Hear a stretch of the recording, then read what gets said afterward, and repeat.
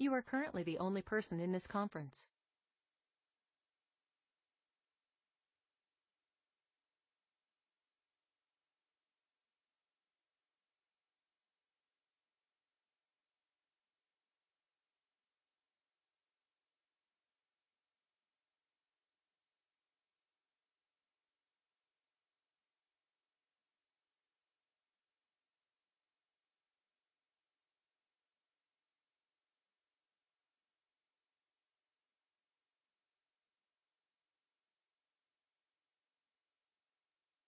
Yeah, we're good. So let's just move this other session.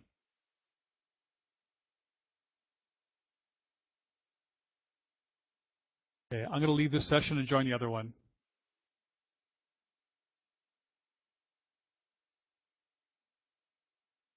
Okay, hi everybody. We're just getting going here with a different link. So just going to wait a few moments and then Mike will come in and we'll start the presentation. Apologize for the delay.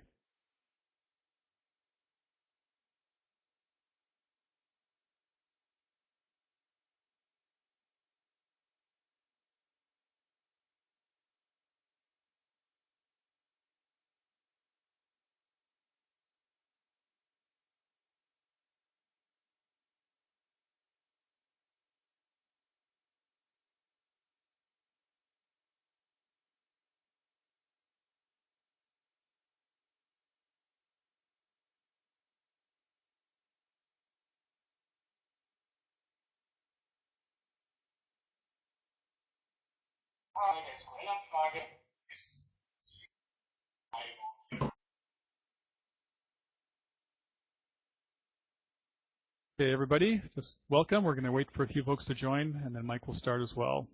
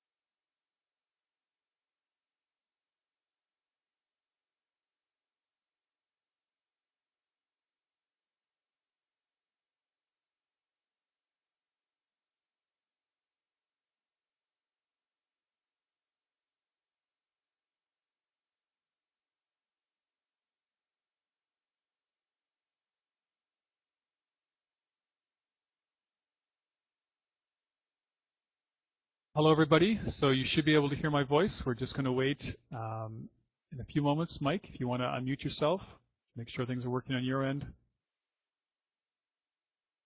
Hello, everyone. Do I get sound? Sounds good.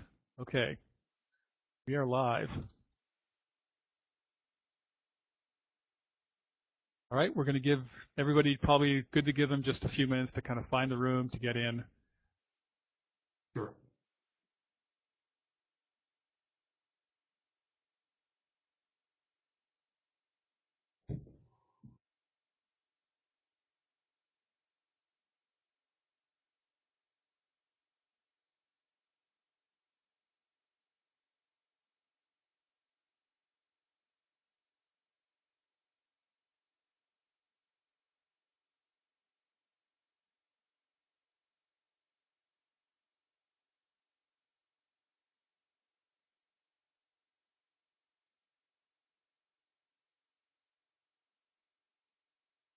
Okay.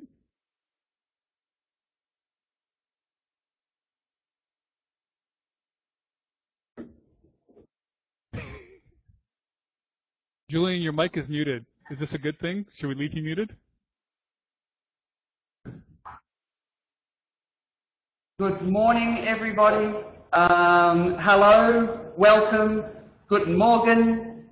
Sadly, that's about the extent of my bilingual capacity. First of all, if you can hear me, can you say a quick hello in the chat? Guten Abend. Danke, Sigi. It's really good to be here. It's Morgan in Sydney.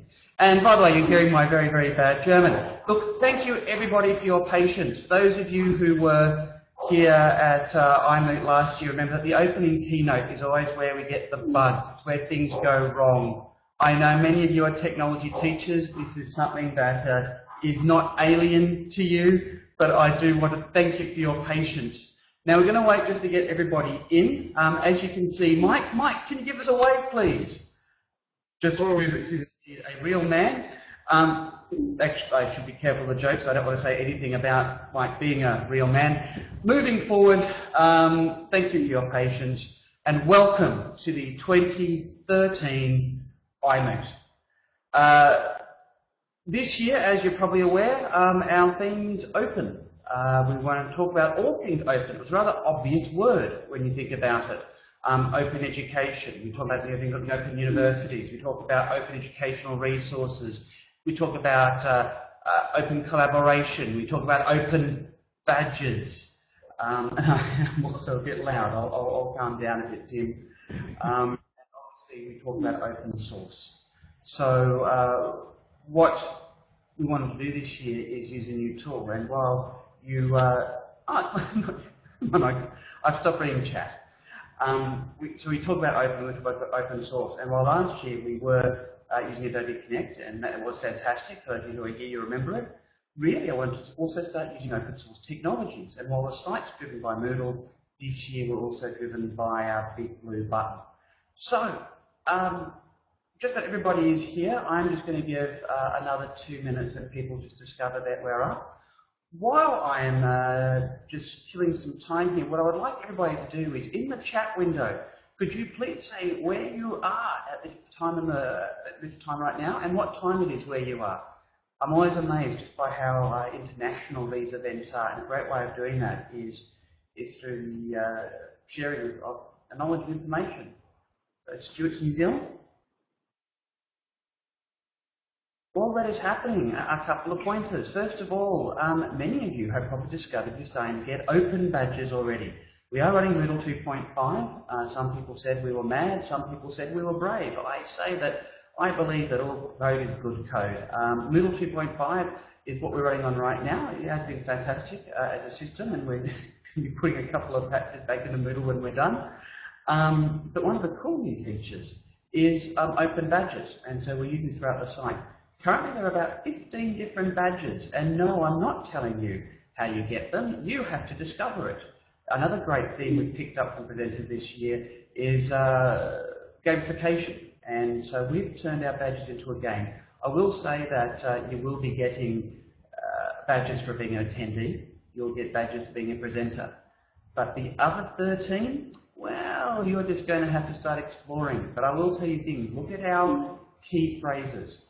We talk about unite, we talk about collaboration, we talk about communication.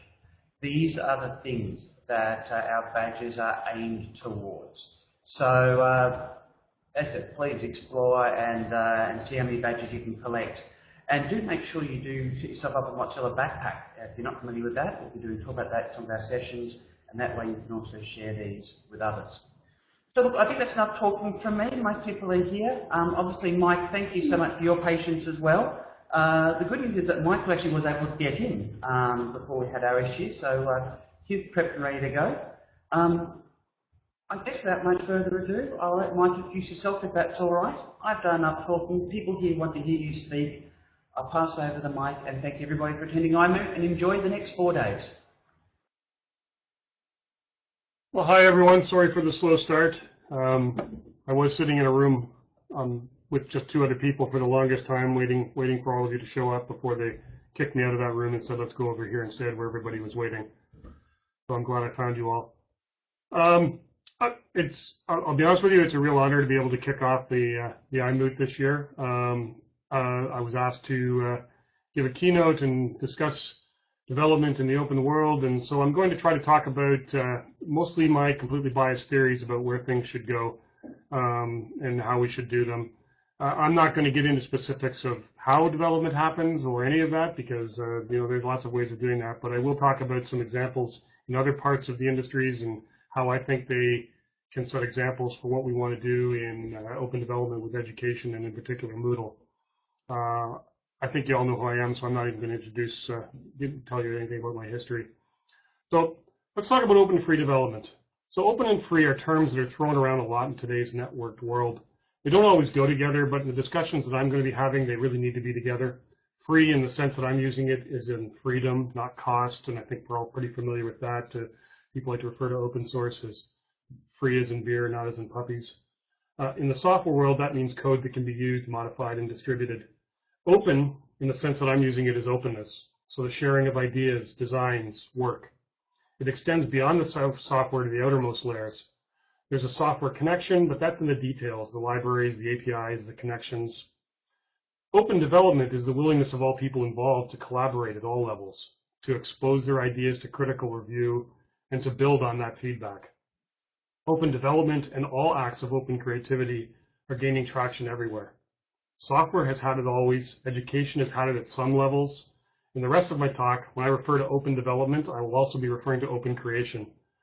As far as I'm concerned, software development is an act of creativity almost more than it is an act of engineering. And I know as a manager of a software development team, people cringe when I say that, but it is a reality. I mean, software developers are creative people. Before delving into specifics, I want to look at some of the barriers to open development and creativity. In almost all industries, software included, it comes down to the need for expensive foundations and platforms when the industry is first starting up. With those expensive foundations comes the need to control the product and the distribution channels in order to recoup the costs of setting up. Business models that spring up at the start of a creative industry are almost always based on controlling the content and the conduit for that content. So what happens? Well, creators always try to find a way to create without boundaries, and the audiences that they're reaching try to find a way to consume the creations with much higher volume and less cost. Both creators and their audiences spend effort to find new ways to distribute and consume the work in a freer, open way. And of course, others find a way to profit by creating these channels illegally through piracy. Piracy and open movements aren't actually that very far apart. They're differently motivated, but they're not actually that far apart. On a side note about piracy, I don't condone piracy. I just mentioned it because they do tend to spring up in the same type of situations. And they often spring up in a business in need of a disruptive model. Frequently, piracy can be a catalyst to new distribution paradigms. The disruptive cycle is not new. We've seen it throughout history, but it's happening more frequently now due to the extension and pace of new technologies. And we're actually seeing disruptive businesses happening on disruptive businesses, which is a really interesting phenomenon. I'm going to start by talking about the music industry. I know it's stepping away from software education, but just bear with me, there is a connection here. The reason I want to do this is that there are some similarities in the path the music industry has taken and where it has been shaken up and where it is going that need to be compared to software and education. Music's genesis predates pre-recorded history, so I'm not even going to attempt to go back that far, but I'm going to stay within the last 200 to 300 years so I can bring in some interesting comparisons. Where I really want to look is where music came from to become a modern business. And I apologize ahead of time, but I'm going to draw from my own geography's history, and I will carelessly leave out aspects of music history to make my points.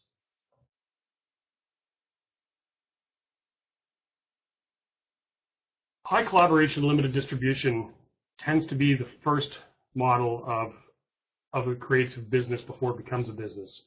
So music before the recording industry was songs played by local musicians at a barn dance, in a living room, on a porch. Songs were distributed mostly by memory from musician to musician. Songs were taught by parents to their children, from friend to friend. It was a very limited distribution model, but it was a highly collaborative activity.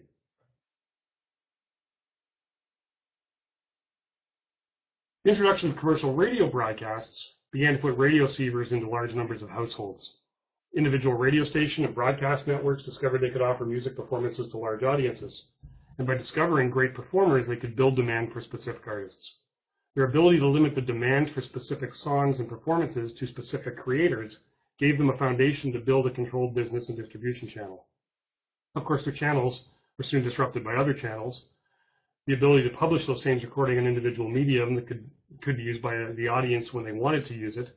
These media were difficult and expensive to produce and required specific equipment for them to play their content, and thus was born the recording industry.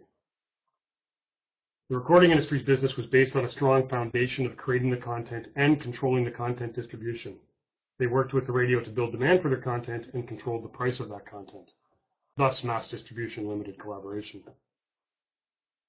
As technology advanced, new innovations crept in that allowed the audience to extend the distribution channels within their own control. The audience's demand for the content was huge, but the willingness to pay the prices for the volume they demanded was lower. So consumers shared their content with others using audio tape recordings made on their own equipment. As demand for these channels increased, so did the quality of the supply of equipment to provide them. Some of the actual creators saw this as a good thing, a way to reach a broader audience and grow their reputations, while others just saw theft. The digital age opened new possibilities to both the businesses and the audiences. Mass reproduction of content became easier and provided better quality copies. CDs, followed by pure digital distribution, MP3s and those sorts, led to much more potential distribution, and it also allowed the creators and the audience to take control of the distribution channels. We all know that what this did to the recording industry. They're still fighting to regain their old ways, but it's the new ways that are winning. And the recording industry still does very well and will continue to do so. There are examples of using new media such as iTunes that have used new business models. But to me, the more interesting models are the ones that are still evolving. The self-publishing model where content is given away. There are many new artists using conduits like YouTube who are not selling their content directly, but are rather selling eyeballs and clicks. These artists give away their content for free in order to build their reputations and sell their views. Their business is reputation driven. Frequently, it leads to more standard sales models such as concerts and the purchase of music in a different medium. Also, with the ease of distribution, the creation models increase. True collaboration occurs. The consumers become the creators in spontaneous acts of creation. The music industry now has many non-passive channels where musicians interact with their audiences to produce creative collaborations. The site I'm showing you here on this slide is I'm shamelessly putting it there because she's one of my favorite geek musicians. Lindsay Sterling was, I don't know if you know her story or not, but she was on a show called America's Got Talent, and I know they have those shows all over the world. And she was essentially a hip-hop violinist. She kind of combined dance and violin playing in hip-hop music. On the show, they told her that her business model would never sell, that there's just simply no way that her style of music would be popular and could ever work. Well, she ended up collaborating with a videographer who was doing YouTube videos for extreme sports, people who like to do whitewater rafting and really weird outdoor things, because he believed in it. And so they ended up opening a YouTube channel where she would produce her songs and publish them free on YouTube. And she built an entire new model, which became, a way of completely disrupting the music industry. She was essentially self-publishing and making quite a good business of it. And of course, it eventually did lead to actual music sales and concerts. But she still maintains true to that whole model. And I just bring that up because that whole pulling apart of a business is what seems to happen when we want to get creative free. So business, the music industry came in, locked everything down tight, and then the artists took over and pulled it all apart again and created collaboration. And the other part of collaboration, and unfortunately I don't have an example of that in my slide deck, is even more interesting. It's the one where groups of people actually collaborate to produce the music. There's examples from earlier on. I was trying to find a much more newer one, but I couldn't get it. For example, where I recall a person who put out there a general call for people to come in and sing various parts of a choir. And then he took all of these pieces and he created an entirely new choir. And it's these spontaneous acts of collaboration, which is where we really need to push ourselves to, and I'll make a point of that later on.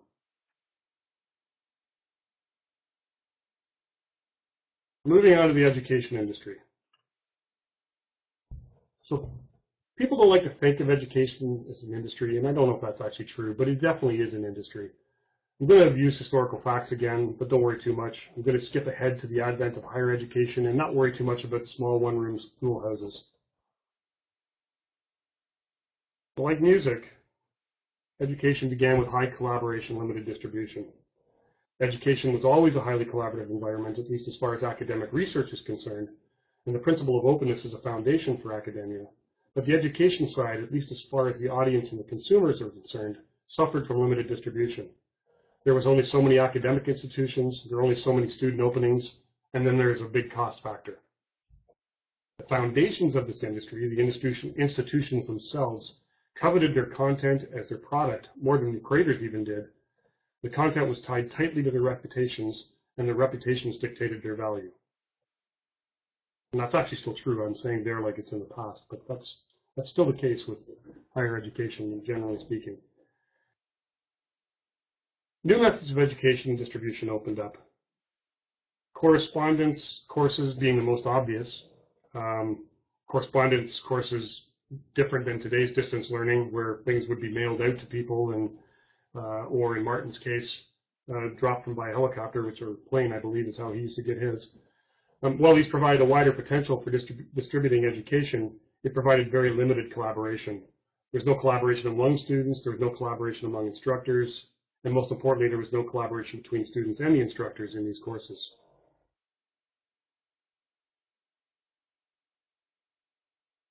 Then along came the introduction of the internet, and distribution channels opened. Initially, this was limited to academic collaboration. Usenet, for example, in the early days of the internet, where academias and students could exchange documents. But eventually those channels opened up with the web. Web-based learning platforms sprung up, many home-brewed, then commercial, Blackboard, WebCT, eCollege, a number of others. And even though a much larger audience could be reached, the applications were costly and remained limited to the institutions that could afford them. But like music, education wants to be free. So applications like Moodle came to be, allowing anyone to create an online learning environment, create compelling educational content, and encourage collaboration among all stakeholders. I noticed MOOCs come up in the chat thing, and that is true. We're seeing the creation of MOOCs, massive open online courses, using a multitude of platforms. These courses are typically free to attend and allow for unprecedented numbers of students to attend courses. Free and open platforms like Moodle provide these, as well as many non-free, non-open platforms. Now, as a quick sidebar on MOOCs, I recently attended a MOOC, and I sadly will admit I didn't actually finish the course because I kind of grew tired of it. I think MOOCs are a great idea, and I will push for the development community in the open world to figure out a way to be able to make them more collaborative. The biggest suffering I saw with MOOCs was when you've got 10,000 people in a course, it's really difficult to come up with good collaboration. It's easy to create little small groups that collaborate together, but we need to figure out a way to actually get everybody to collaborate. I haven't conceived of a way yet, but it's something I think we should challenge ourselves with. The software industry. I'm going to take some liberalities again with my history lesson, but it's all basically true. When software creation began, there was no such thing as a software business model. There were barely operating systems. What existed was expensive platforms, computers that could be programmed to do what you wanted within extreme limits. And I'm saying barely operating systems. I'm old enough to remember the first computer in high school I worked on, which I think we call the mainframe, although I don't think it would really be classified as that. To boot that machine required actually entering in the binary codes on dip switches on the front panel, one command at a time, to get it up and running so it would accept cards.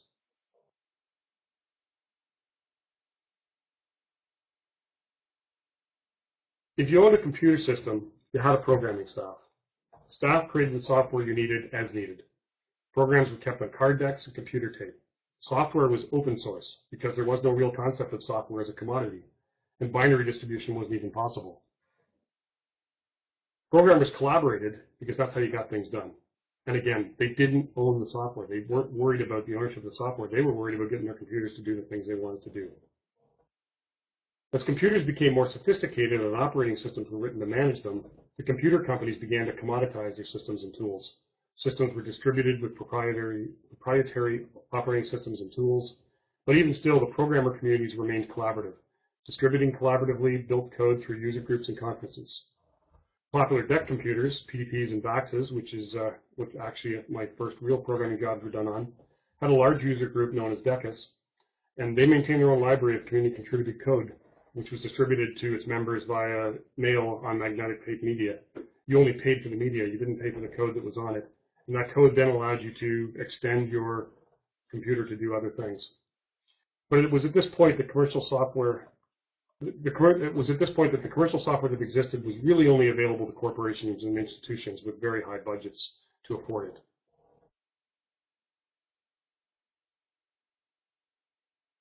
Enter the home computer.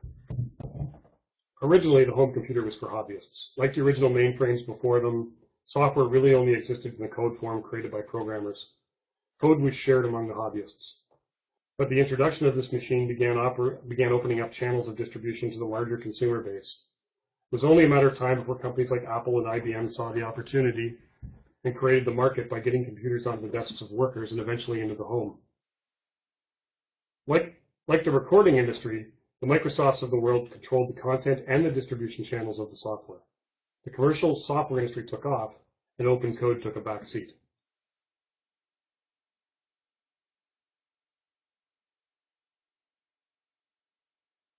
But, like music and education, software wanted to be free to be created and free to be used.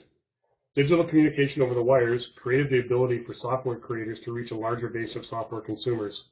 Bulletin board systems accessed over phone lines allowed for code to be exchanged, used, and modified. And with the proliferation of the internet, software became very difficult to control and contain. Re-enter open source. Like the music industry, the foundations and platforms that software required became free.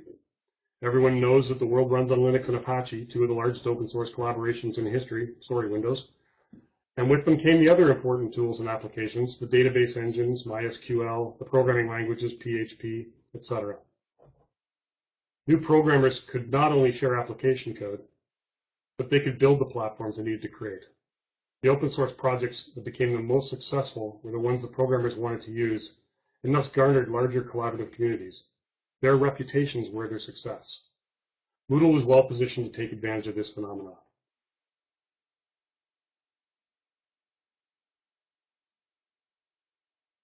Open development now. Actually, Moodle open development now. So enough history lessons, let's look at how Moodle supports and encourages open development now. And keep in mind some of the lessons learned from the music industry. How can we push the envelope so the creators and the consumers are working more collaboratively and create together? So let's look at Moodle's openness.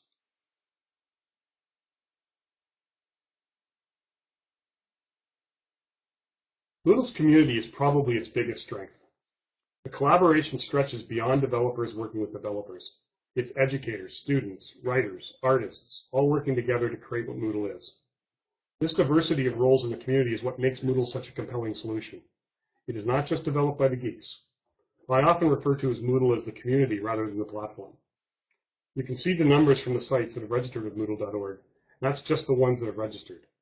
So as we're sitting right now, when I took this slide, there are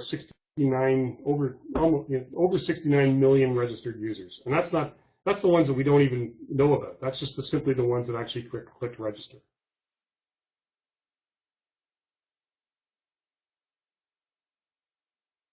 Moodle provides many channels for the community to learn and collaborate.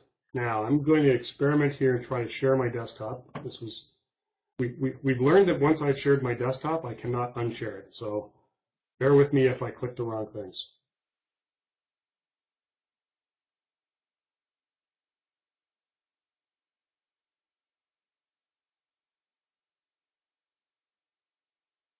Okay, so I believe you are seeing now my big blue button screen. Good.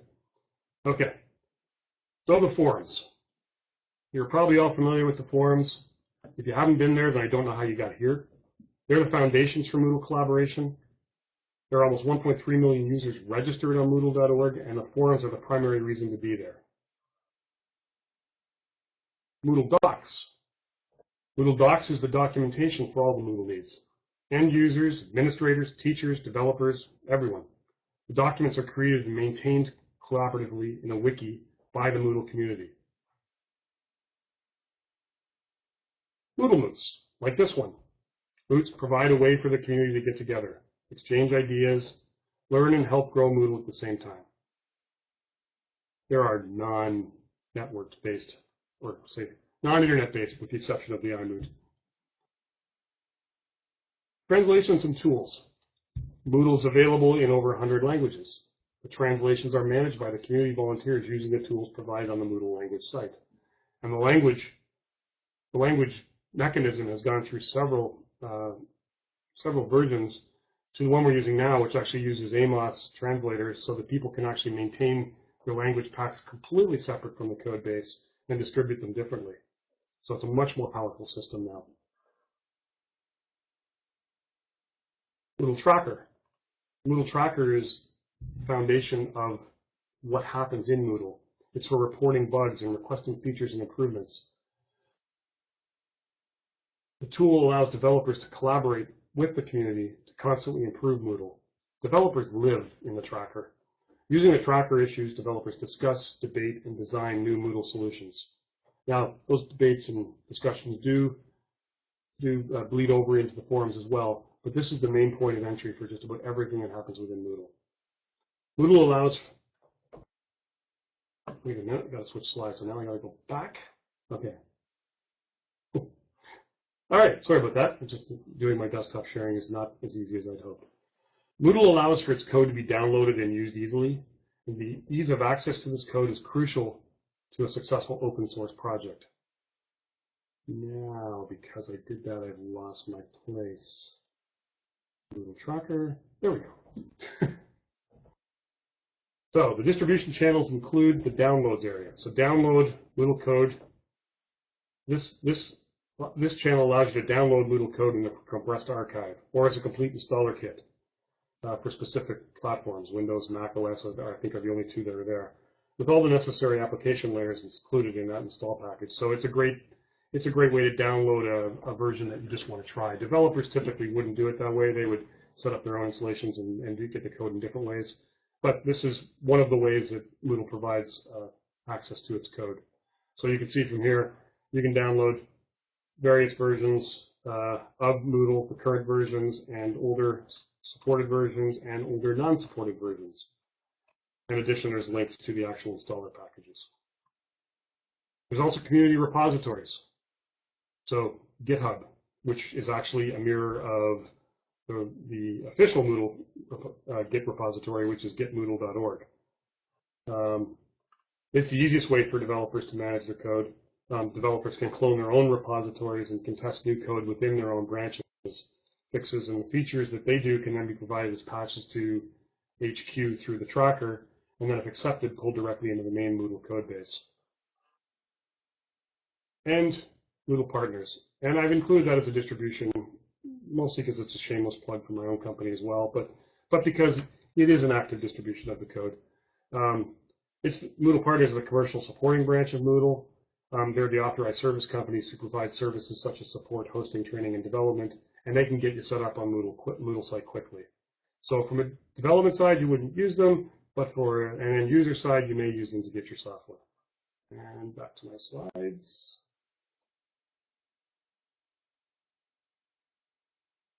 All right.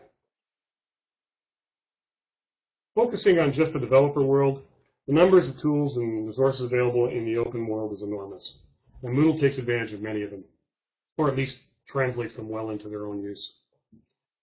So again, we have Moodle.org forums. Let's find it. No, there we go. I'm keyed on the general developer forum because that's actually the one where most developers start. At the basic level, Moodle forums and Moodle docs are the best resources beyond the code itself. This forum here, the main developer forum, is extremely active and has a lot of innovation happening right within it. Moodle docs provides a more detailed more detailed level of developer documentation, and is constantly being improved by the Moodle developer community. It's also, if you ever get the answer, read the book or read the docs, this is where you should go first. And when you find errors, fix them. Moodle Moots, again, another great resource for developers. It gives them a chance to talk with each other. Socially, Moodle has many venues outside of its own forums. The value of Moodle Moots like this one's pretty obvious, but there's also other sources, blogs, tweets, Google Plus posts, discussions, and there is a resource called Planet Moodle that does capture a lot of these. People who do blog and have other social sources can arrange to have them published straight to Planet Moodle. So it's always a good resource, but it could use a lot more content. And so if you have a blog that you blog about Moodle, by all means contact them and see if they can get it onto their site as well. Let's go back and make sure I'm on the right place here. Okay, good, yep. Moodle. Plugins and APIs. The Moodle plugin directory. Well, again, the strength of Moodle to its developers is its open code. The big weakness of Moodle to application maintainers is its open code. I myself, as a commercial provider who actually supports thousands of installations, I can tell you that maintaining multiple forks of Moodle's code base is no way to run a business. Thankfully, Moodle actually provides many ways to extend its functionality without changing the core. So that allows you to more easily maintain custom functionality without breaking Moodle on every upgrade.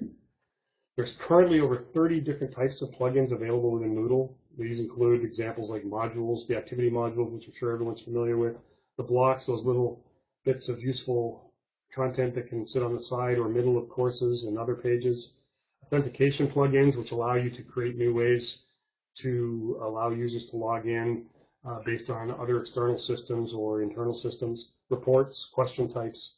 They all have well-defined APIs and managed upgrade methodologies.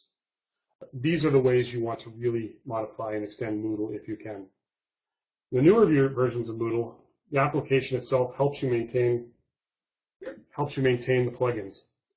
The plugins use the Moodle plugins database as their distribution point. So if you develop a plugin and you use this directory as your distribution point and you follow all the rules to get it in there, then in the latest versions of Moodle, 2.4, 2.5, on the plugins page, you can actually have your plugin reported when updates are available for it.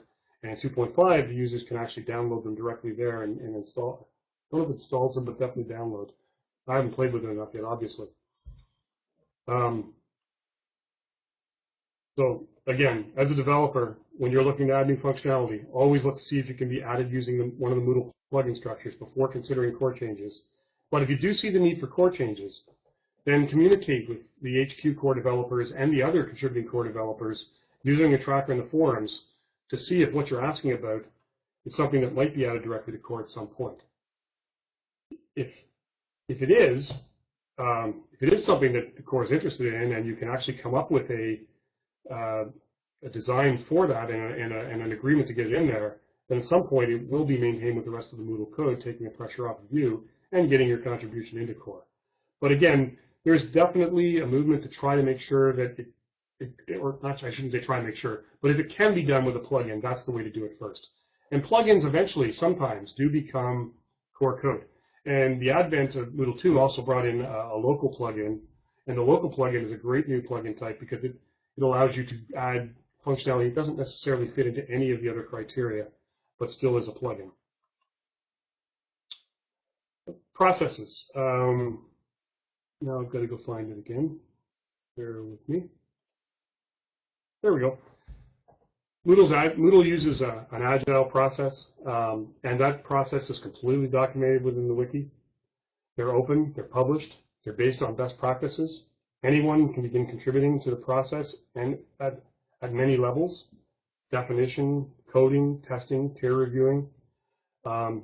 These are all things that you need to get involved in the community before you might necessarily be allowed to do, but this is open to everybody, and once everybody gets their reputation built up, they have that ability. The QA process includes a lot of automation. Finding it? No, that's not the right one. Oh well, don't worry about it. The QA process includes a lot of automation, helping to ensure that new releases of code don't regress. Regress meaning it doesn't break things that used to work. Unit tests are required for all new features, and there's been a ton of work developing automated testing suites using Behat and Selenium.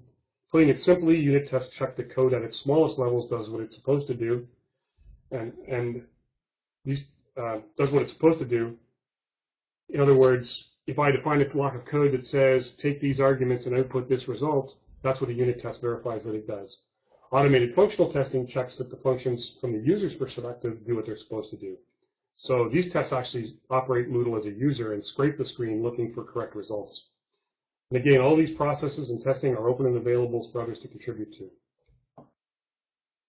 Now I'm going to close some of my windows here so that I can easily get back. Bear with me.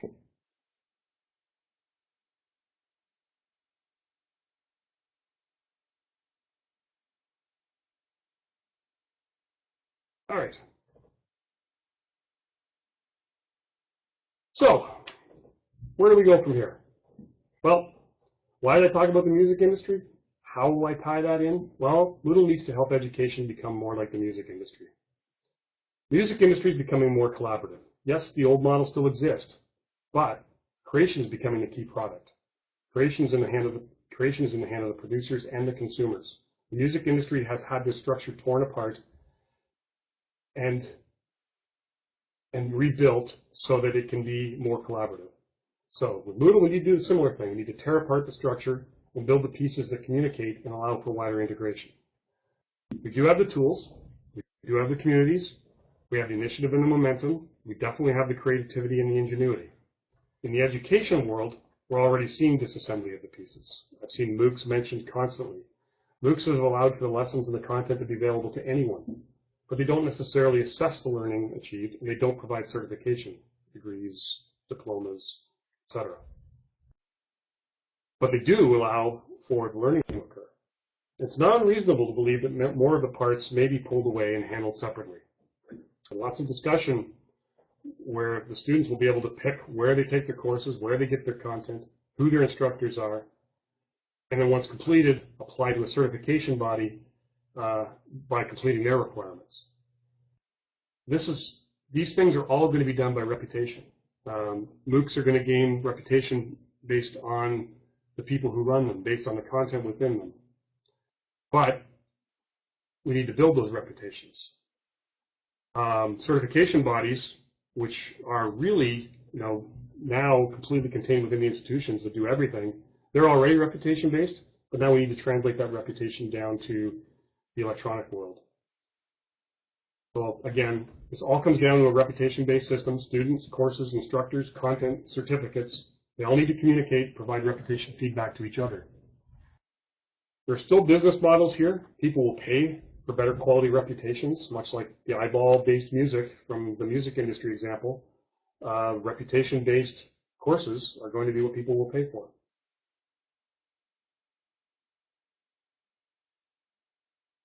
So where do we go? What do we do?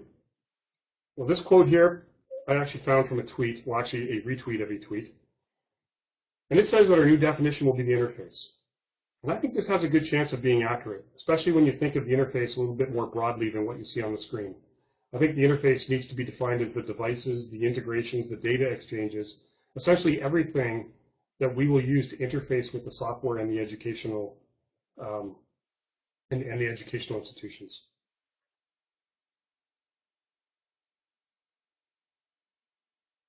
So let's start with what we have already. This is where I think we can move to very easily. So Moodle's already made movements to allow itself to be broken apart. Now, the nice thing about Moodle is Moodle has been working itself into this new world in such a way that it can be torn apart, while at the same time keeping itself together to be used when people just want to keep it all together. But what we've got so far. So we've got web services and mobile. Now, I've lumped those together because mobile doesn't exist without web services. But because of mobile implementations depend on the web services within Moodle. Web services allow for those communications, functional and data exchange APIs to be open to the network. These services allow for secure exchange of functionality, allowing function to be distributed among applications everywhere. With the introduction of web services in Moodle 2, we have basically started to say, you don't have to assemble everything in Moodle in a Moodle LMS. We can put it elsewhere and bring it into Moodle, or even send it away from Moodle. So loosely stated, Moodle's web services allow for other applications to bring Moodle functionality into their own interfaces. For mobile, this is an obvious use, but other applications can be built to send data to Moodle and retrieve data from it. On any Moodle site, the web services that are available can be displayed in the plugins administration area.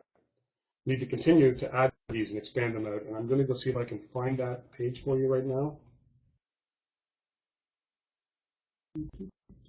There it is. So this is my own local site, and all I did here was click on the plugins administration section, the web services, and then click on the API documentation. What this shows me is all of the web services that have currently been exposed on my Moodle installation. Now, expanding these is up to development. Any plugin can add their own web services. More web services can be added to core. So these are things that we as developers need to add more and more of. We need to be able to add more exposure of data going out, and we need to provide new ways to get data in. Federated identity providers. We need better systems to manage and maintain our users' identities outside of Moodle. Moodle comes with some standard systems, Shibboleth and Kaz, for example, and there are other plugins available out there by third parties, such as OpenID and SAML. But we need to work on standardizing these systems so that everything can break apart and work together really easily. I think in some sense, Facebook is starting to act as a federated identity system. I'm not sure I want to use that one in my educational world, but it has been starting to make its push. And I don't really have a good reason not to use it other than my own gut feeling that that's probably not the safest one to use. But as developers, we definitely need to focus some effort in these areas and provide some solid solutions for Moodle and the education industry. It's easy to focus on what my installation needs, but that's not good enough. Being able to have your identity in one secure place is crucial to the future wave. IMS LTI and the Tin Can API. Content anywhere gathered in one place is an ideal that every course creator wants. In other words, if you allow me to bring content from anywhere and integrate it tightly into Moodle without me having to create it in Moodle, that is like the nirvana for a content creator.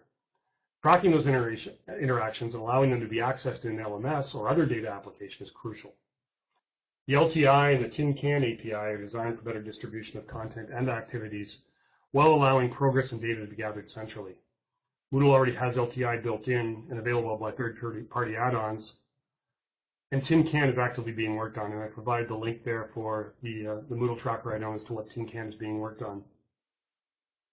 As developers, we need to support this work. We need to create more tools. We need to create add-ons to support them.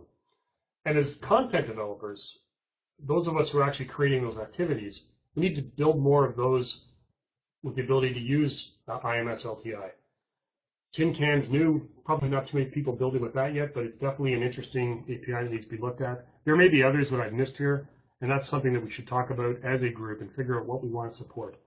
But the goal here is let's really stretch Moodle out so that it doesn't have to have just its own activities, that it can actually integrate really easily with everything else.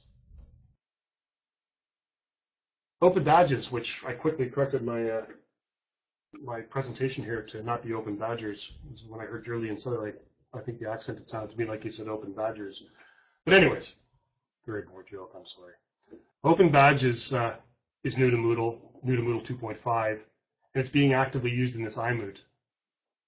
And I'll actually try to click on it. I'm sure you've all seen it. If you go and look at your own page now on the iMoot site, you'll notice that you'll have earned badges, and you heard at the beginning that you will continue to earn badges. The premise is simple. Award badges to learners for achieving defined goals and allow them to be shared across the web. This initiative can provide much of the reputation-based interactions that I've described. Building more systems to take advantage of them, manage, display them, will help build up the decentralized interactions. Badges could become part of the certification requirements needed to prove a learner has achieved necessary learning. And these badges could then help the certification bodies define who has earned the certifications. As developers, we really need to explore more of this function and build onto it. I see this as a key component of tearing Moodle apart, as I mentioned, and not just Moodle, I should say tearing education apart as well. To be able to provide those pieces that interact together, but not always having to be contained within one institution. Badges is obviously a simplified version of that, but it can grow to be very powerful. And portfolios. Portfolio integration has been part of Moodle since 2.0. And the most common one used is the open source Mahara system. And I don't know if I said that right because I never know if it's Mahara or Mahara or Mahara, but I'm pretty sure it's Mahara. The promise of portfolios is that users can contain all of their work experiences in one location for use in building their reputations and their resumes. Ideally, they integrate easily with all of the applications used in the connected world. It is not hard to see how elements of Moodle need to belong in a portfolio: the assignments, the grades, the badges.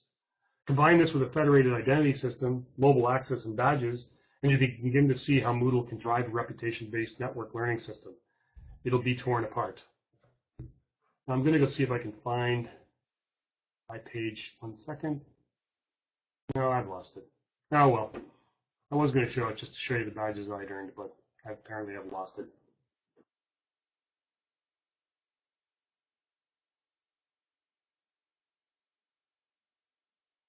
And actually coming to the end, I do have some other things we could display. I actually had some videos that I wanted to show and some other interactions, but it turned out that they wouldn't actually play well through this particular platform because of the way it's done with the desktop sharing, so I apologize. Anybody else lose my audio? I noticed a comment there. Okay, good. In summary, Moodle can become the hub that manages it all. It can still do it all, or it can do subsets of everything, but its openness will allow it to be the guiding force. Moodle can help provide better collaboration in the MOOC world. Moodle is an open platform with an open community, and a free environment is the ideal platform and example to continue developing the open world.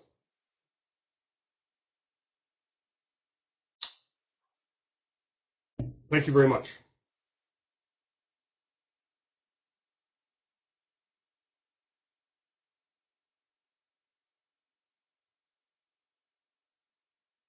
I believe, Julian, I think there was, I keep zooming in and I'm not trying to. I believe there was an opportunity for questions. I'm not actually sure how that particular part of the of the presentation works.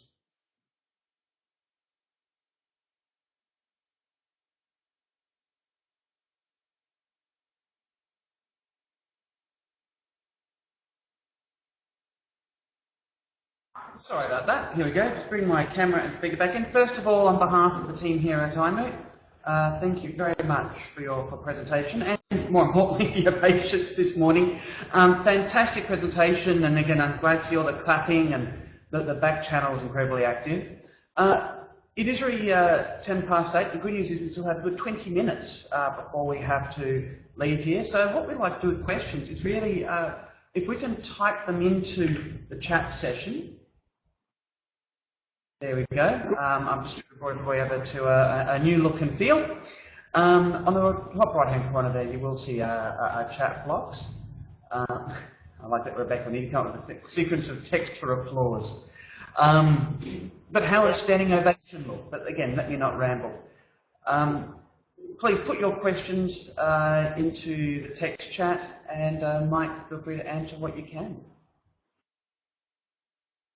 Sure. I did notice someone asked me to mention that there are quarterly developers meetings as part of as a part of communication. So I think as part of the section I had where I mentioned what other resources were available to developers. Yes, there are quarterly developers meetings.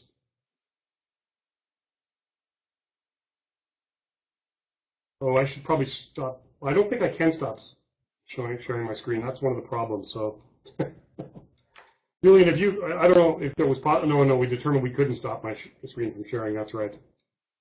Yeah, Mike, if you want it to stop, you just refresh your browser, it'll stop, and you can just log back in. It'll take you about 10 seconds, but that would stop desktop sharing for everybody. Is it a problem for people, or is it just okay to leave it running? Why don't you just... I'll do a refresh, just in case it is. Refresh. You'll be back in like 10 seconds. I'll disappear for a second, everyone. So this is Fred Dixon, by the way. I'm one of the developers of Big Blue Button. So if there's anything that's going well, please send all the praise to Julian. And if there's anything that's not going well with Big Blue Button, just let me know. We've been working for quite a while with Julian to just make sure everything is as best as we possibly can make it for this. And of course, we find things. So the problem we just had with Mike was on his computer, and it's special, when he starts desktop sharing, we weren't able to stop it. So just a refresh, he'll come back in. And Mike, you're there again? I am here. I was muted. I'm sorry. Okay, there you go. I'll turn it back over to you. Yeah, actually haven't seen any questions yet, so I don't think there's any I have to worry about. But I'll hang in here for a while longer just in case anybody does have questions or discussion they wish to open up. I think I can actually give microphones to people, can't I? So you actually don't have to give the microphone. Everybody here has the ability to unmute themselves. I set everybody to be muted on startup, but if anybody would like to ask a question verbally to Mike, there's a big microphone icon in the upper left-hand corner. You can just move your mouse over. You can unmute, and you can just try talking as well. And don't worry if the microphone isn't properly configured. You can always type questions in the chat. Will e-learning replace traditional teaching ever? That's an interesting question. I'm going to say yes, because traditional teaching is an ambiguous enough term that I can argue that one. But in my mind, it's already started to replace traditional teaching in some places. Will it replace traditional teaching everywhere? Not for a long time. Probably one of the biggest uses of Moodle right now is in a blended environment where a traditional teacher exists in a classroom and they still use Moodle for everything else. However, that said, in some higher education or continuing education, I think it will completely replace it. Yeah, I'll say when I interpreted traditional teaching in order to be able to argue it my way, I assume traditional teaching means classroom with a teacher standing in front of it and doing assessments and grades.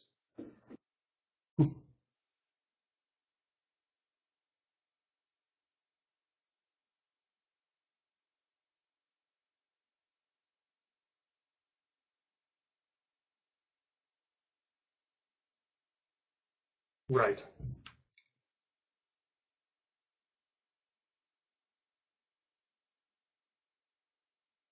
I think, to me, there was an interesting comment just made there.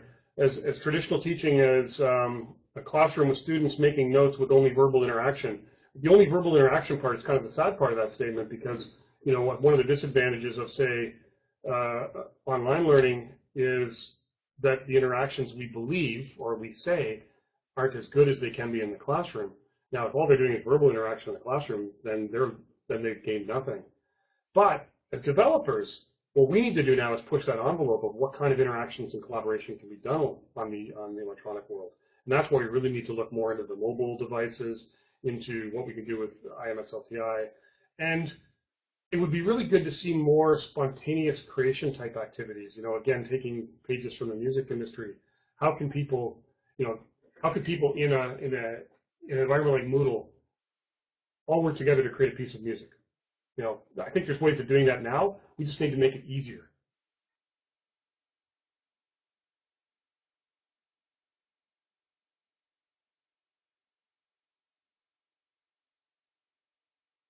Looking through the comments. Will we lose the complete physical classroom and everything will be virtual? I think that's a possibility to happen, but I don't think that's going to happen very quickly. I can think of reasons why, for example, classrooms won't disappear for children because, that would be giving up daycare. So I don't think that's going to happen. But losing the physical classroom for higher education and continuing education, I think that could happen pretty quickly. Teachers will never be replaced. In fact, teachers, the whole reputation-based industry that I think the learning industry could move to, teachers will actually be much more powerful because they'll actually be able to gain, their business will be based on how well they teach and how good their reputations are. So the better the teacher, the more they'll have their choice of what they want to teach.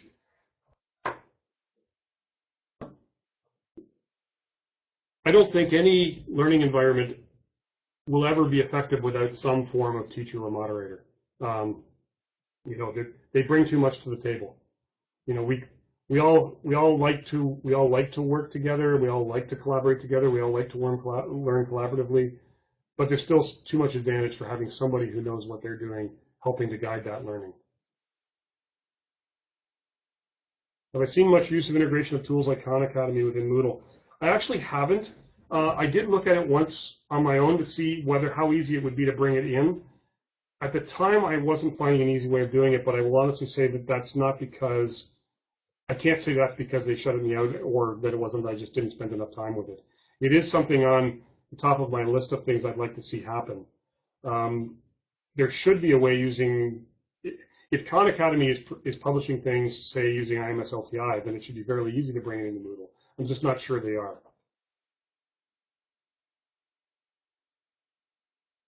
Do you need to bring Khan Academy into Moodle? Tim, good question. You just need a link, sure, but it would be nice to be able to encapsulate everything into one environment. But again, going with the theory of breaking everything apart, what that means is it could be totally different depending on the way we create those interfaces.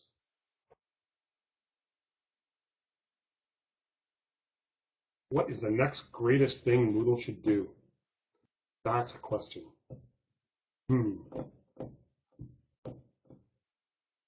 Well,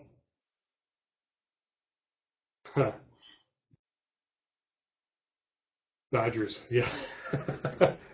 To me, I think what Moodle needs to do now is take all of these great things it's just created and get it to work in a much more distributed system. Moodle multi-site is kind of an example. So, Moodle can work as a MOOC as an example, but you run into loading issues with how many people you can put into a course at one time. It's quite big. I mean, we manage really huge sites, but when you're starting to get to the level of unlimited, you really need to think about how things are distributed. A lot of the talk we had at the developers Hackfest in October did center around how do we break things out of Moodle and be able to distribute them more among different resources. So things like backup, for example. So I think, to me, that's really the next thing that Moodle needs to work on. It's probably the unsexiest part, but it's to be able to get Moodle pulled apart and redistributed across multiple platforms.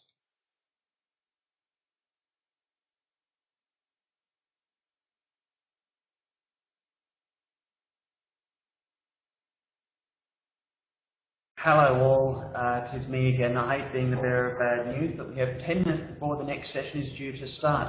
So obviously on behalf of the entire iMoot team, I want to thank first of all Mike for his fantastic presentation, and just by looking at the chat here and what's going on in Twitter has been very well received and very inspiring. So Mike, thank you on behalf of all of us for taking the time out of your very busy schedule to present. And then for everybody else, the reason I'm calling it with 10 minutes to go is it's very important. This is your chance to grab a tea, a coffee, your caffeinated beverage of choice, and get ready for our next sessions. Please remember there is a forum attached to each session space, so if you have questions or want to continue discussion around this, it doesn't have to end just because this session is over. Please do use the forums. You never know, there might be another open badge attached to it. Thank you everybody for your attendance, and I look forward to seeing you all around the iMoot. Thank you very much. Thanks everyone, and I do look forward to continuing the conversation in the forums, and I'm glad you all showed up and were patient and found your way in. Well, hopefully I'll see you all in other places. Thanks.